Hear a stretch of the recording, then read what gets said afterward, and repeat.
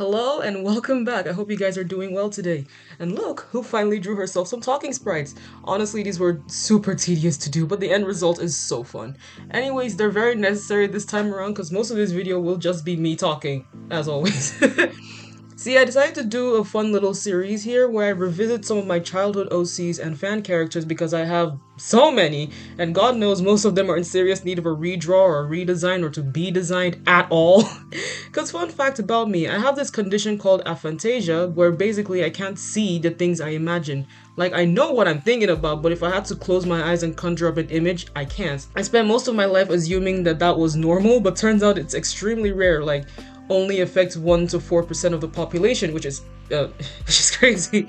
My point being that it made character design kind of hard for me as a kid because not only did I constantly feel like I wasn't skilled enough to draw my characters as exactly as I imagined, but also I couldn't imagine them in the first place. So my goal with this series is to not only share some of my childhood characters and stories with you guys, but also to do my younger self a favor and finally pin down designs for the ones that I rarely or never drew.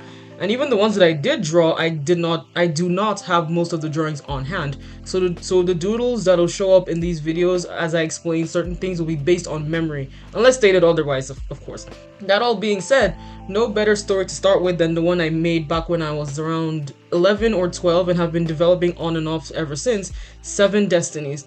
Honestly, at a point I started to really dislike that name and consider changing it to something like Fate System or 7 Fates or whatever, but I'm not completely sold on either of those, so for now I'm just gonna respect my younger self's creative choices and keep calling it 7 Destinies.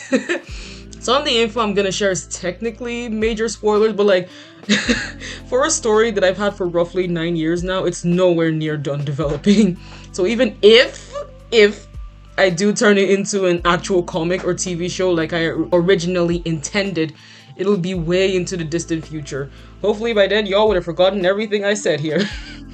Anyways, before I get to talking about how the story currently is, let me tell y'all about how it started out. So right now the story has 7 main characters, hence the name, but originally there were just 2, named Betty Hills and Tyler Anderson. Classic case of being a person of color but having the whitest OCs growing up. Their whole thing was that they were 2 totally normal high school students, except when they weren't. Whenever there was an awful supervillain running around, they'd save the day as their titular superhero counterparts, Bunny Girl and Tyler Tornado. I hope y'all aren't hearing my cheer right now. I didn't think it'd be this loud.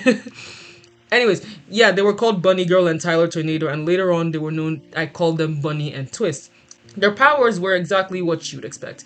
Bunny had like super jump and super hearing and the standard superhero strength, while Twist could, well, manifest tornadoes and strong winds in general, which feels a little bit unbalanced, but who cares. The story had silly villains, lots of secret mutual pining between Betty and Tyler, and just a lot of drama in general, though unfortunately a lot of those details and ideas are lost to time. I do kind of remember one of the villains though. I think her name was Andrea or something like that, I don't know.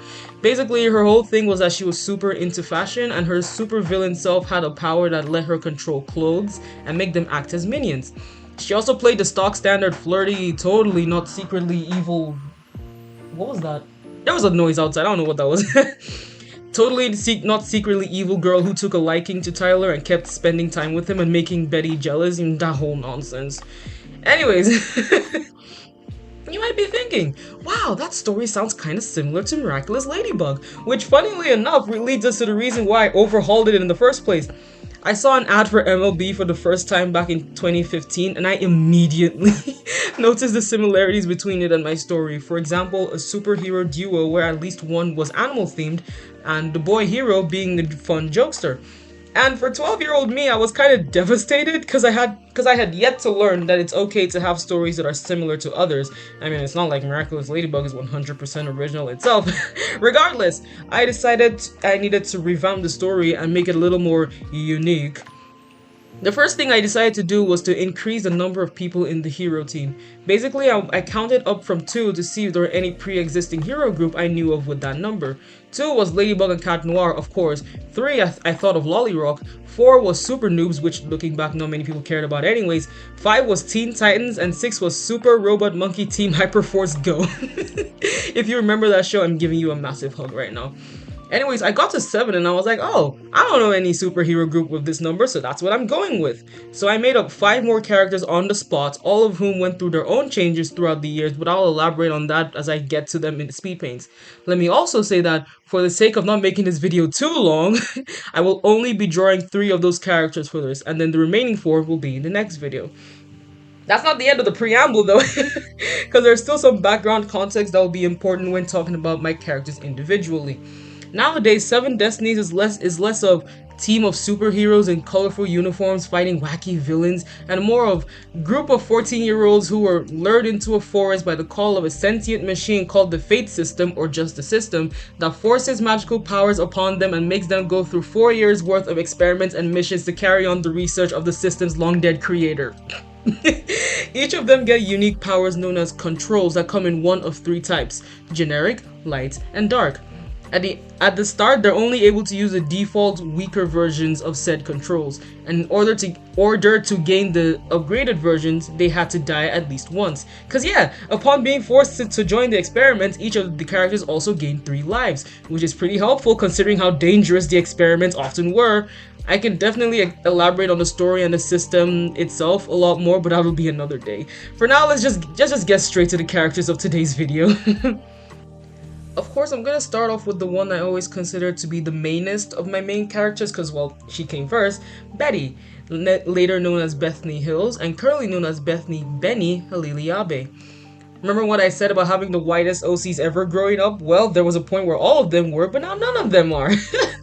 Also, I remember back when I wanted to rename her, I literally just looked up B names for girls and briefly considered naming her Bernadette, so, do with that what you will. Anyways, I can't remember much about Betty besides, of course, her bunny powers and the fact that she had a part-time job as a roller skating waitress, which I might keep, I don't know. But right now, Benny's, that's gonna be confusing. She's a blunt, confident, assertive to a fault, but also still pretty friendly girl who's constantly messing around with her loved ones. But though her jokes and jabs are usually in good fun, she also has a fiery temper that's especially triggered by people who are unreasonably rude or incompetent. So beware of the things she'll say and do when she's in that state. There was a plot point about how she and some guy in her class called Vince got suspended because Vince said something really gross about her, so she smashed his head into a locker. Rightfully so. Anyways, in terms of her design, the main things I wanted to stay consistent were her freckles, purple plaid jackets, and long blonde hair. There was a point where I asked myself, would someone like Benny really have the patience to maintain hair this long? And I will say the answer is yes, because I just really like her having long hair. Might as well be a descendant of Rapunzel, am I right? And speaking of hair, here's a fun fact. Back in the day, one of the things I struggled to draw the most were hairlines. Like, I only really knew how to draw long, sharp fringes or whatever Bubbles has going on. So whenever I tried to draw Benny or anyone with their hair out of their face, it was a struggle. I mean, it still kind of is. I struggled with that with this drawing sketch, but whatever. Anyways, jokes aside, I remember how Benny started out as Bunny Girl. Well, her power now is called Beast Control. The default version gives her heightened senses and agility, the ability to understand animals and special spirit beasts or whatever I call them, and the ability to transform only into a rabbit. Consistency is key. With the advanced version though, she gains the ability to transform into other animals, though too many transformations will take a toll on not only her energy, but also her human appearance and make her look not quite right. Fangs, absurdly large, sharp nails, not large nails, eyes that have slits 1 second but look normal the next, etc.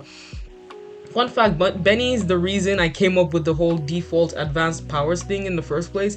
I remember one day I was drawing up alternate versions of her hero design, like of different animals, and being like, wow, these are so cool. Maybe I should make it so that she has these options from the start. Or maybe, and then it was just a light bulb moment. Anyways, I think that's enough about Benny for now, so let's just move on to the next character. The next, of course, being Tyler, now known as Anthony Marine Molina. Fun fact, there was a brief point in time where his name was Anthony, like without the H. Anyways, one thing y'all have to know about me is that one of my absolute favorite character tropes is the silly, sunshine, trickster type character who's a bit reckless and oblivious, but is overall a really bright and fun person, especially when the happiness is partly a ruse and deep down they're actually really sad and or lonely, but unwilling to make that anyone else's problem. I'm sure my friends who are watching these are all side-eyeing me right now. I'm sorry. Those types are always somewhere in my stories or somewhere in my list of faves from others. So yeah, Anthony's great, but when I say he's reckless, I mean it. Like, his impulse control is near non-existent. Hooray, ADHD representation.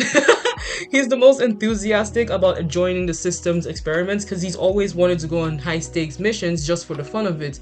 And since he's such a thrill seeker who'd rather see the good in everything, he also doesn't take the more disturbing aspects of the situation as seriously as he should, which could definitely be a huge problem, but don't worry about it. To harken back to his days as Twist, Anthony's powers are now called Storm Control. The default version allows him to conjure up these very solid but very soft clouds that can help with transportation and breaking falls. Also, he can alter his body's temperature, which is great when he's feeling too chilly, but not the temperature of someone else, which is not so great when your friend is dying of hypothermia and there's nothing you can do about it. Anyways, I never decided whether this specific power should just be advanced or if he'll have it from the start and it just becomes more potent over time, but Anthony can also alter the weather with his strong emotions. So even though Anthony's a sunny boy most of the time, he also tends to react very strongly to certain things. Like, if he gets deeply upset about something, he'll stay upset for a while, hence lots of rain and or thunderstorms. As for his advanced powers, that's what lets him conjure up natural disasters like the early days. Tornadoes, tsunamis, hurricanes, anything. That power though takes a lot of energy out of him and sometimes happens out of his control since again, weather phenomena are linked to his emotions. He'd have to be extremely upset to cause a natural disaster without meaning to. And honestly, this is part of the reason why I'm playing with the idea of the system's experiments taking place in a simulated world with certain real world consequences. Because if I let Anthony use that specific power in the real world, he'll easily end up with the highest body count, which no one will be happy about. Or I can just let him be in his Percy Jackson era, I don't know. And speaking of Percy Jackson, I wouldn't be surprised if anyone mistook our next character for him. Here we have the first of the newer characters and the last of today's video, Jaden J. Orania Ishii. His previous name being Orania Price, and the last name before that being Penderson or something stupid like that, I don't know. Anyways, you may have noticed by now that something I love to do when designing a group of OCs like this is to make sure everyone has a distinct color motif. It's just really fun and makes it a little bit easier to tell them apart. Back to Jay. The funny thing about him is that out of all the main characters, he went through the most changes in terms of personality. He started off as like a jerk with a heart of gold who loved to act all cool and flirty and arrogant but was actually kind of a sensitive loser. But these days he's a genuine sweetheart and hopeless romantic who's openly affectionate and is always ready to help others and forgive those who have wronged him, often at his own expense. So in year 180, he's been Benny's closest friend since childhood and is essentially the water to her fire. Like, he can effectively calm her down when she gets too heated, and she's always encouraging him to stand up for himself more. One gets too angry about certain things and the other doesn't get angry enough. Their dynamic is very dear to me. And I actually played around with the idea of a maybe one-sided romance between them. I'll be honest, I messed around with and crisscrossed the group's ships a lot, actually. Like, remember how Bethany and Anthony were originally a thing? These days they're friends, and Anthony's feelings lie with two other characters who will be in the next video, Marenike and Tiffany. And Tiffany was originally Jay's girlfriend or crush or whatever, but that also ended up being one-sided. I don't know, it's a mess, and at this rate they'll all end up dating. Jokes aside, Jay's power is now known as voice control. Now, it was always voice control. Funny story, I originally gave him this name and power because I genuinely thought the Mockingjay was a real alternative name for the Mockingbird, only to find out it was made up specifically for the Hunger Games series. Whoops! Anyways, Jay's always had the weird ability to mimic certain sounds and... oh my gosh. He's always had the weird ability to mimic certain sounds and a very soft, soothing voice. But after pledging into the system, he gains the ability to mimic a wider range of sounds than other people's voices and to actually soothe and heal people with his own voice. Though if he really tried, he could make people feel any emotion and do any task he wanted. So he fit right into the Aphrodite cabin at Camp Half-Blood with his loving nature and this ability that's basically charm speak in a different font. Take a shot every time I trip over my own words. Now, these powers, I never decided which would be defaults and which would be advanced, but he also has the ability to speak through someone else's mouth, as in to make them say whatever words he wanted in their voice, and also the ability, to take away their voice and altogether. I know these powers don't sound as grand as the ones the others have, but I've always liked the idea of showing how powerful words alone can be. And one of the many questions that the system is trying to answer through these kids is how far is one willing to go for the sake of themselves or a loved one? What will it take for a subject to crack and use their abilities to harm or even kill another person? It's especially interesting when the subject in question is as kind and merciful as Jay is, so he'd have to really, really hate someone and or be in a dire lesser of two evils or it's us or them type of situation to willingly ruin someone's life by forcing them to say the wrong things or tell them to hurt themselves in one way or another. It's fun to think about, just not very fun for them. That all being said, I think that wraps it up for what is easily going to be my longest video so far. Thank you guys so very much for watching, especially if you made it to the end, and I really look forward to sharing more of this story and other ones with you guys in the future. I have started school though, so don't be surprised if I stop uploading for weeks, if not months on end. Anyways, if you have questions or even headcanons about these characters, feel free to put them in the comments and I will happily listen. See you next time. Thank you.